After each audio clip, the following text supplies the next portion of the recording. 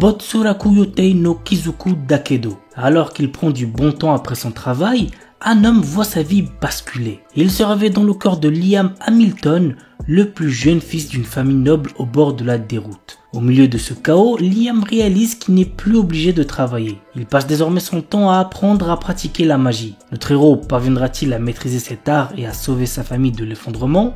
Go voir l'anime pour le savoir. L'anime a pour genre comédie, fantasy et pour thème autre monde de magie. Isekai One Turn Kill Nissan. Après s'être perdu, Asahi Ikusaba reprend conscience dans un monde de fantasy. Malheureusement, il n'a absolument rien de spécial à l'inverse de sa sœur qui possède une compétence unique et passablement dangereuse. L'anime a pour genre comédie, fantasy, isekai et pour thème combat.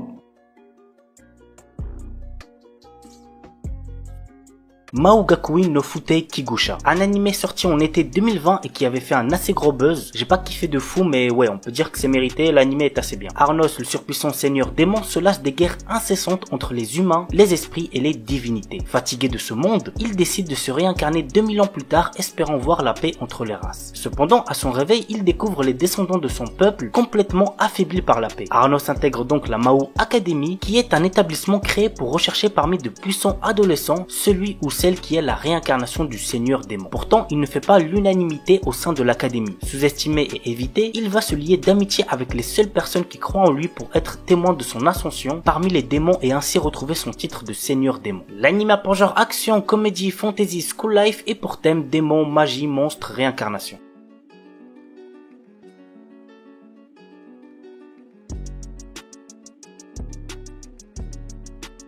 On commence avec Build Divide. J'ai trop kiffé le premier épisode, ça annonce vraiment du lourd, donc n'hésitez pas. Après, pour ma part, c'est aussi parce que je suis quelqu'un qui adore les animés qui ont pour thème jeu de cartes, comme Yu-Gi-Oh qui est un des premiers animés que j'ai vu, et qui est encore à l'heure d'aujourd'hui l'un de mes animés préférés. La saison GX est la meilleure. Bref, voici l'histoire. Dans le New Kyoto, le pouvoir se décide autour d'un jeu de cartes très spécial.